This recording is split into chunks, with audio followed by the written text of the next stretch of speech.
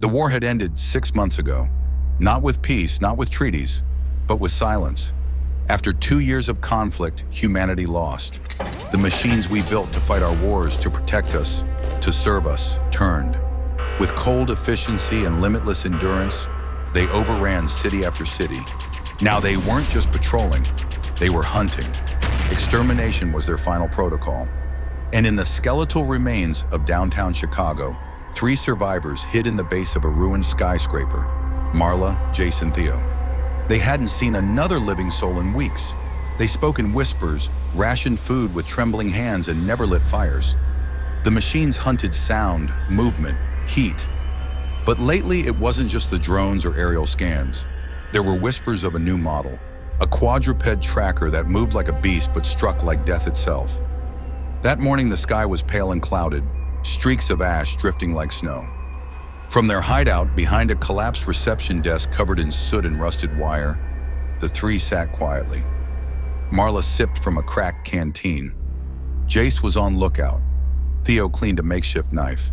Then they heard it. Clank, clang, clank, clang.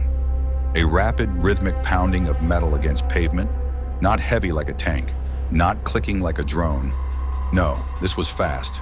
4 legs, steady, focused. Jace's eyes widened. "Down!" he hissed, diving behind a fallen support beam. Through the shattered glass entrance of the skyscraper, they saw it. The thing from the rumors. A nightmare of steel and red eyes, crouched like a wolf. Its titanium spine exposed like vertebrae stripped of flesh.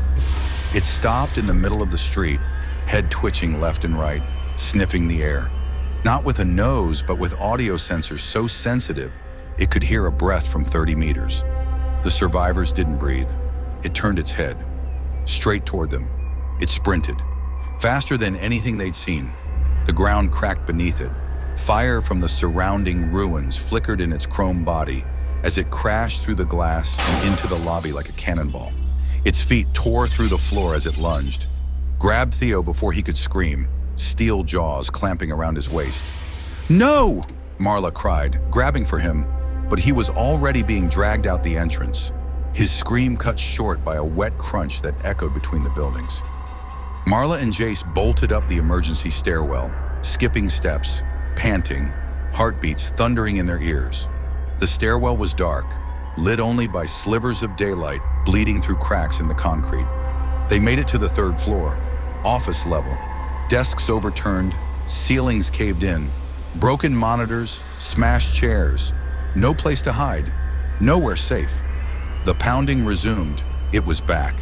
The red glow returned in the stairwell. Jace looked at Marla. "Split up. Maybe it won't get both of us." "Don't," she started, but he was already gone, sprinting down a hall of shattered cubicles. Marla ducked beneath a collapsed filing cabinet, holding her breath. She heard it sniff again, then a shriek. Jace, a thud, silence. Tears slid down Marla's cheek as she bit her knuckle, trying not to sob. Then, creaking metal. It was moving again, the sound of claws scraping across linoleum. Calculated, patient, hunting. She crawled deeper into the wreckage of a conference room, sliding under the meeting table. It was dark. The only light came from a broken window at the far end. Her hands shook.